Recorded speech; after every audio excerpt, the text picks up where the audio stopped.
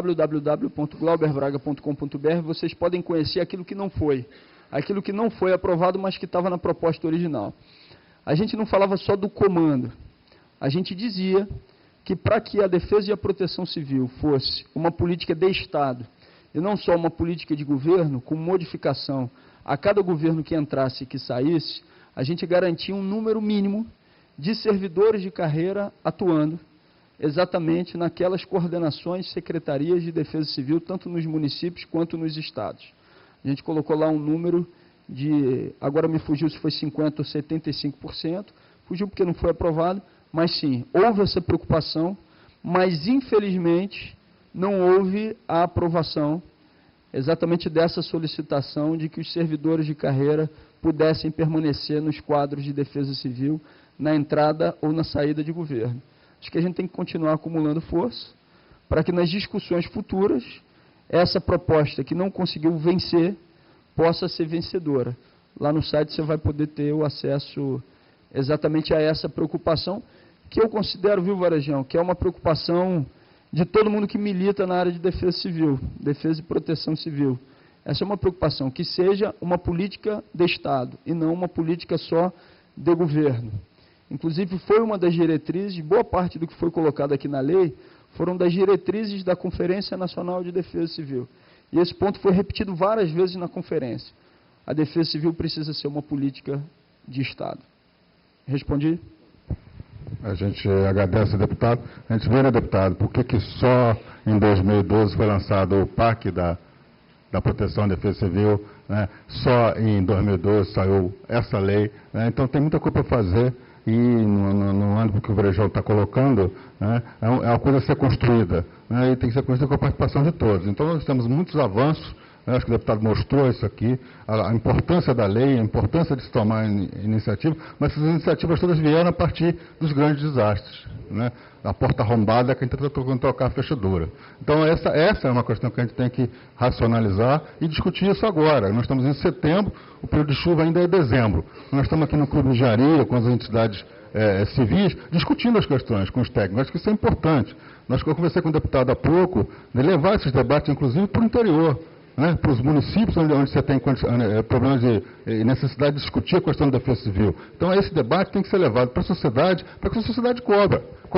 O DRM tem uma proposição forte do seu mapeamento. A primeira coisa que ele faz quando faz o mapeamento é colocar no site, para que todo mundo veja quando estão as cartas de risco e onde está o risco. Agora, isso precisa ser transposto, né, para você ser transbordado para a sociedade. E só com a cobrança da sociedade que isso vai realmente avançar. A gente não tem dúvida, eu acho que isso está muito na palavra do deputado. Eu queria agradecer em nome aqui da organização, das entidades, a presença do deputado, que vai ter que se ausentar, mas acho que a fala dele é o pano de fundo para a discussão que vai entrar agora, deputado.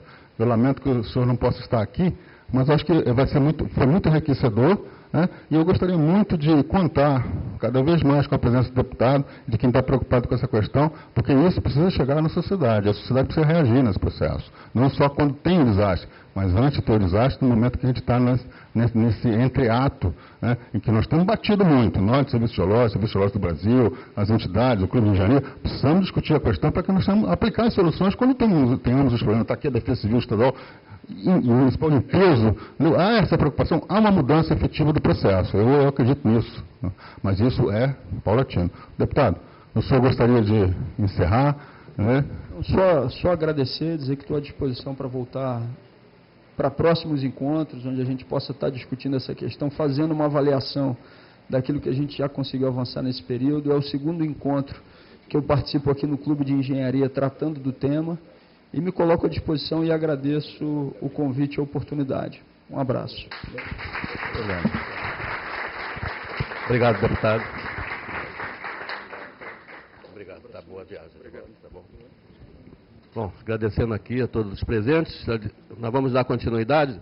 Eu vou pedir ao doutor Ibá Santos Silva e ao Flávio Hertal para que acompanhem o deputado na saída, por favor. E, enquanto isso, nós vamos continuar a nossa programação, como previsto, e nós vamos, para tanto, chamar para a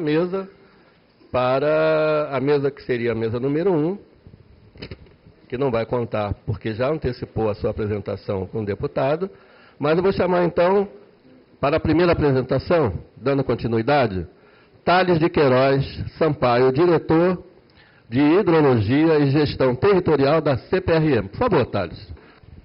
Boa tarde a todos. Queria cumprimentar a todos em nome do diretor do Clube de Engenharia, em nome do diretor-presidente do DRM, Flávio, que nos convidou para participar desse evento. Eu sou diretor da CPRM, Serviço Geológico do Brasil, na área que tem conexão com as questões de gestão territorial e, portanto, na área que tem conexão com as questões de áreas de risco geológico, certo? Especialmente.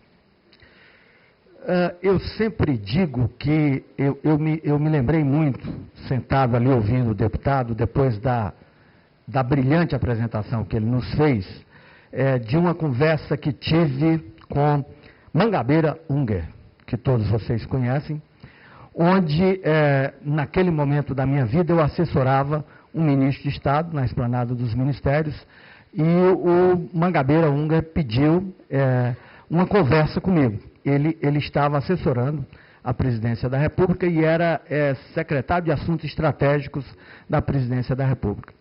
E eu me preparei para conversar com o Mangabeira Unger, né? E cheguei lá, levei o meu pendrivezinho, espetei lá no computador, um assessor dele me recebeu, coloquei uma tela bonita, estava muito mais bonita do que essa até, certo? E aí ele sentou na mesa, olhou para mim e disse, PowerPoint não. Esqueça o PowerPoint, nós vamos conversar, eu quero conversar com você, eu quero aprender com você e quero que você aprenda comigo também.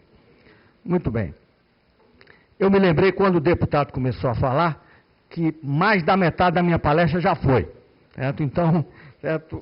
Tudo isso aqui ele já matou de primeira, né? Então a gente levou um tempo grande para elaborar isso aqui, para examinar a lei. Eu estou aqui com duas pessoas que nos assessoram na CPRM, com muito mais experiência e melhores do que eu, Dr. Cláudio Honor e Dr. Elion.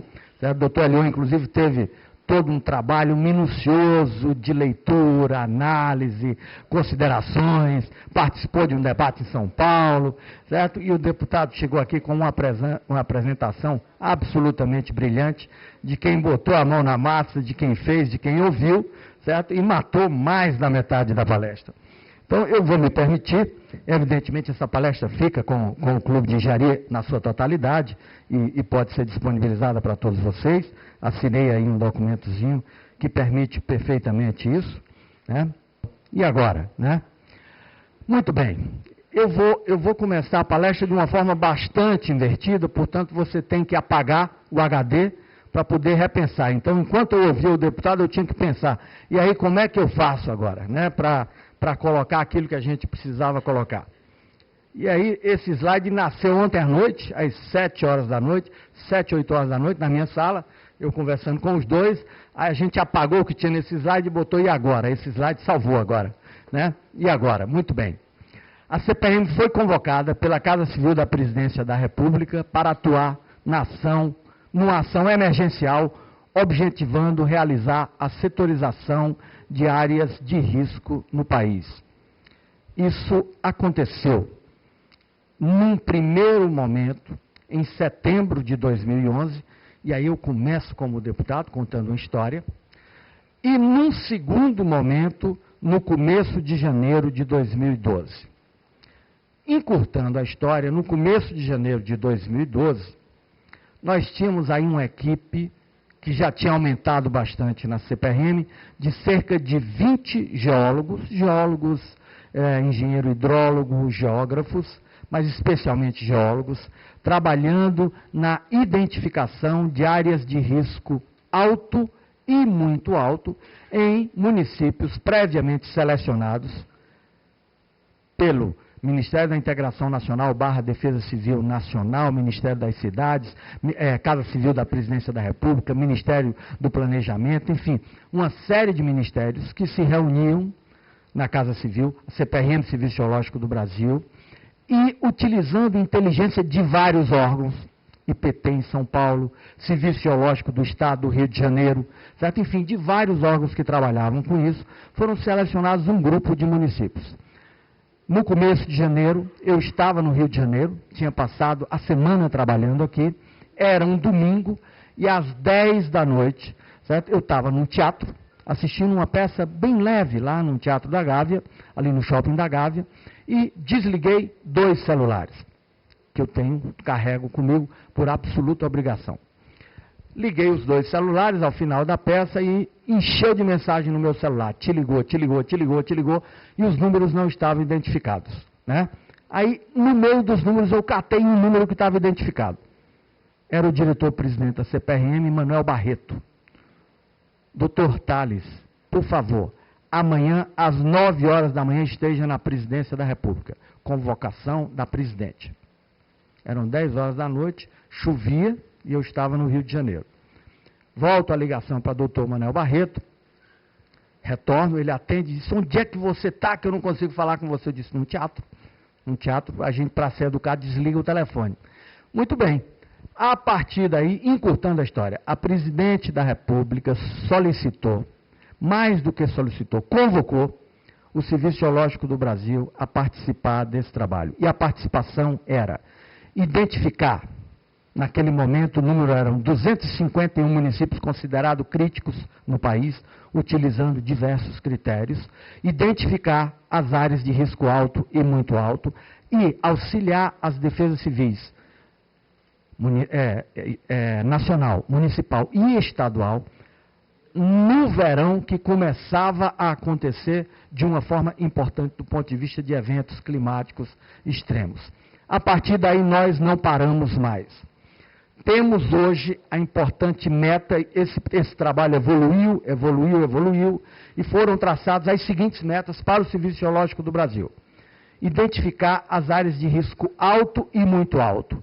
Delimitar e identificar os processos que ocorrem nessas áreas. Colocar a coordenada geográfica nessas áreas. Em forma de banco de dados, ou seja, o mapa mudou, não é mais um mapa. Certo? Você identifica, delimita a área, descreve os processos que você observou dentro daquela área do ponto de vista geológico, processos que podem induzir a desastres como escorregamentos, etc. Né? E dentro na descrição desses processos vai a delimitação e mais tudo que você viu no campo, inclusive as fotografias, etc, etc. Esse trabalho é feito utilizando tecnologia da informação, de uma forma importante. Aqui a última pergunta que houve para o deputado foi uma pergunta sobre tecnologia da informação. Nossa equipe trabalha o dia todo no campo. De noite nós trabalhamos em duplas de geólogo. De noite sentamos aonde a gente estiver. Produzimos o primeiro esboço da área. Colocamos toda a descrição, isso é passado via web para uma equipe que fica no Rio de Janeiro. Essa equipe consolida e consiste aqueles dados e repassa para o CEMADEM e para o SENAD. E aí eu vou chegar em 2 pontos importantes. Dentro desse aspecto da missão dessa palestra, né, eu esqueci de marcar o tempo, eu já falei quanto tempo? 5 minutos? Mais de 5? Alguém marcou o tempo para mim? Eu sempre marco. Bom, dentro desse aspecto, eu me conecto agora, já falei 10? Posso falar 10 minutos, muito bem. Dentro desse aspecto, eu vou me conectar agora com a questão da Lei 12.608. À medida que essa lei, certo, era produzida, era pensada e era escrita no Congresso Nacional, e aí eu não vou mais falar dessa história, porque o deputado foi brilhante com isso, o governo federal se reunia sob liderança da Casa Civil da Presidência da República, com participação de diversos ministérios, especialmente Ministério da Integração Nacional, Ministério da Ciência e Tecnologia, Ministério das Cidades, Ministério da Defesa, Ministério de Minas e Energia, ali representado pelo Serviço Geológico do Brasil, e produzia, certo, um plano nacional de gerenciamento de risco e resposta a desastres. Já olhando para a lei que seria aprovada, aspas, em abril, já conhecendo o teor daquilo que se esperava nessa lei, a gente começava a produzir esse plano. E esse plano, ele foi produzido com 4 dimensões essenciais que estão separadas de uma forma didática, mas estão completamente conectadas. E não tem uma dimensão que venha antes da outra no plano. todas começam a ser trabalhadas ao mesmo tempo. Prevenção, mapeamento, identificação das áreas, e aí entra o papel do Serviço Geológico do Brasil, papel do Serviço Geológico do Rio de Janeiro, papel do IPT em São Paulo. Aonde a gente tiver inteligência no país, nós vamos trabalhar com a inteligência que está no Estado ou que estiver no município. O Serviço Geológico do Brasil entra aonde não existe essa inteligência. Por exemplo, Estado do Rio de Janeiro, só trabalhamos em parceria com o Serviço Geológico do Brasil e mais, sob demanda do serviço, só trabalhamos em parceria com o Serviço Geológico do Rio de Janeiro e sob demanda do Serviço Geológico do Rio de Janeiro. Dr. Flávio Tal, certo? Nos demanda e trabalhamos em parceria com a inteligência que existe no Estado do Rio de Janeiro, que está muito bem nessa área. Não só o Estado do Rio de Janeiro, e como o município do Rio de Janeiro também.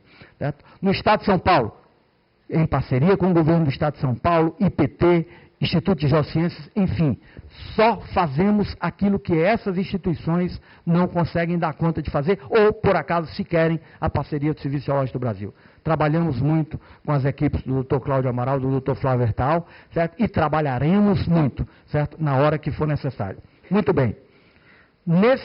Esses 4 eixos, prevenção, mapeamento, monitoramento e resposta, que estão no Plano Nacional de Gerenciamento de Risco e Resposta a Desastre, estão completamente conectadas com o que está na lei, que falava em prevenção, mitigação, preparação, resposta e recuperação.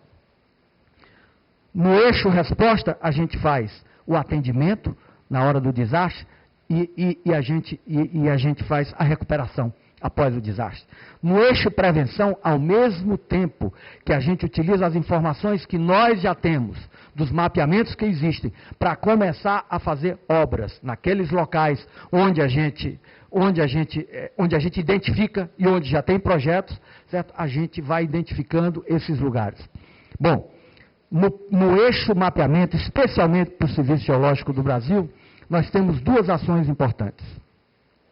Identificar as áreas de risco alto e muito alto, 286 municípios em 2012, 821 municípios até 2014, e fazer mapas de suscetibilidade, que também foram citados pelo deputado, em 286 municípios que são considerados críticos por diversos órgãos do país que trabalham nessa área, e utilizando diversos critérios.